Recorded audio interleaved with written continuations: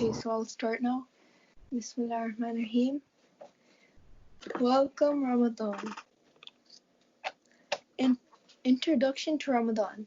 So, I know a lot of you know what Ramadan is, but here is the introduction to Ramadan.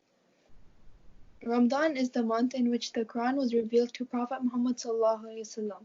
So, in the month of Ramadan, this is when the Quran was first revealed. Muslims are commanded to fast during this month and do many good deeds, so as much as possible. It is such a special month that if we do a good deed, we will be rewarded many times more for it. To make it easier, Allah has chained the shayateen so that they cannot influence us into bad things. In this month, Allah opens the doors of mercy and forgiveness. Allah invites us to repent so that He can forgive us all. At night time, we have special prayers called Tarawih, which we don't perform at any other time of the year. In this month, there is a special night called Laylatul Qadr, which is more superior than a thousand months.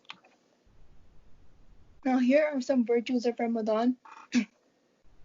The first part of the month is linked to mercy, the second is to forgiveness, and the third is salvation.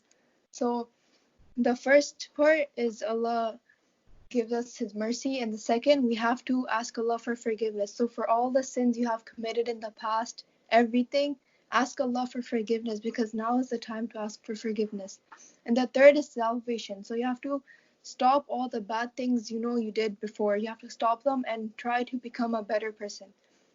Allah sets free many thousands of people from the fire of hell. He does this every night of Ramadan. The smell from the mouth of a fasting person is more fragrant in the eyes of Allah than the smell of musk. When the month of Ramadan enters, the shayateen are chained, the doors of paradise are open, and the doors of hell are locked. Each deed is multiplied. One deed is multiplied between 10 and 700 times. So imagine how many good deeds and how many rewards you can get just in this month. Whoever gives food to a fasting person to break the fast, his sins will be forgiven and he will be saved from the fire, even if it's a sip of water, milk, or date. So you guys should help your mom with setting up the food and everything, and you will get a reward. Whoever fills the stomach of a fasting person, Allah will give him water from the Hawz Kausar. Whoever drinks from this water will never feel thirsty until he enters paradise. So this is a special type of water, and not everyone can drink it. Only some people can drink it. All about fasting. Fasting in the month of Ramadan is the fourth pillar of Islam. It is an important part of Islam, and it is compulsory on Muslims to fast. Fasting is not eating or drinking during the hours of daylight before Fajr till Maghrib, and to also refrain from all bad deeds during this time, such as lying, cheating, swearing, backbiting, and fighting, and any other sin you can think of. The fast is broken if we eat or drink while we are fasting. If we forgetfully eat or drink, our fast does not break.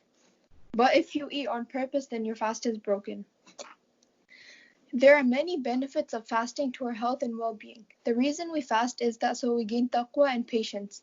We become better, sincere, and pious Muslims. So this is what fasting teaches us. Here are some benefits of fasting. The stomach gets a rest from a whole year's work. It improves patience and willpower. It reminds us that Allah is always watching. It gives us reward and takes us towards Jannah. Who should fast? All Muslims, male and female, must fast. Some people don't need to fast if they are ill, like very sick, or very old people who cannot fast, or if you're traveling, and young children, but they should keep a half fast until they're old enough to keep a full fast. So some of you here are young enough, and you guys might not be able to fast the whole day. So you guys should try fasting at least half a day to get used to it.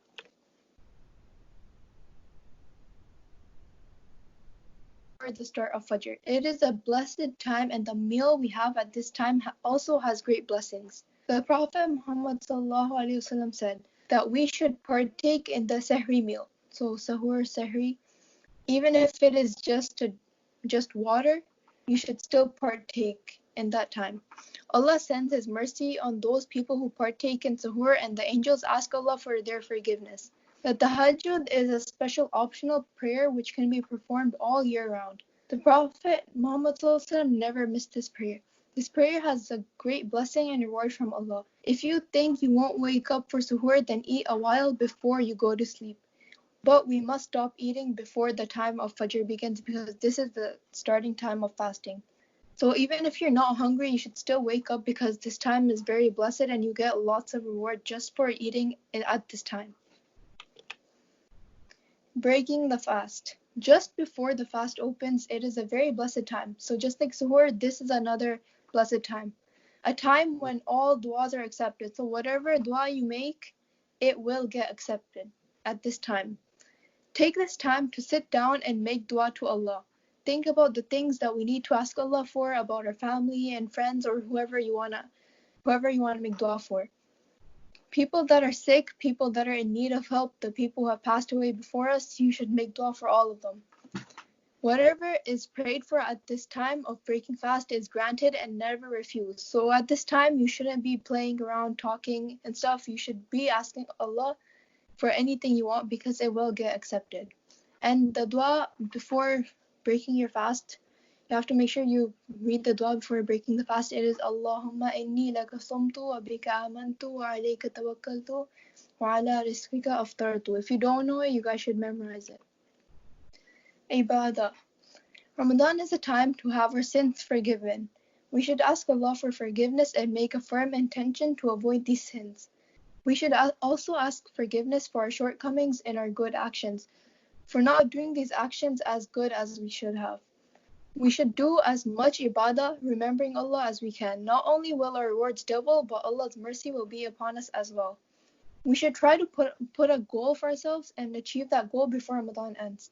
Here are some ibadats you should do in Ramadan. Here are some examples, but there are many more examples. Read as much Quran as possible. This is a must. You have to read Quran as much as possible because the more you read, the more reward you get, and you need to collect as much reward as you can in this month. Make as much tasbih as you can. It can be anything. Alhamdulillah, astaghfirullah, anything.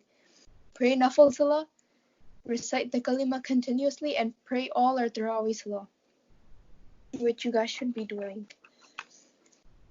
What we need to avoid in Ramadan. In Ramadan, we need to focus on becoming better Muslims and get as much reward as we can. Here are some of the things we need to avoid in Ramadan. Watching unnecessary stuff like watching YouTube, watching anything that is not relevant at all, wasting time, so going on your phone, going on social media too much, anything like that wastes your time. You should avoid it. Not being able to limit your time on your device. You should be limiting your time on your device, especially in Ramadan. And complaining about being hungry. If we complain about being hungry, we won't get as much reward as we would get if we don't complain at all. Laylatul Qadr. Here, this is a special night that happens in Ramadan. During the month of Ramadan, there's one special night called Laylatul Qadr. It means the night of power. This one night is greater than 1,000 months. When we do one deed on this night, we get the same reward as doing the deed every night for 1,000 months. So imagine how much reward you're going to get just for one day.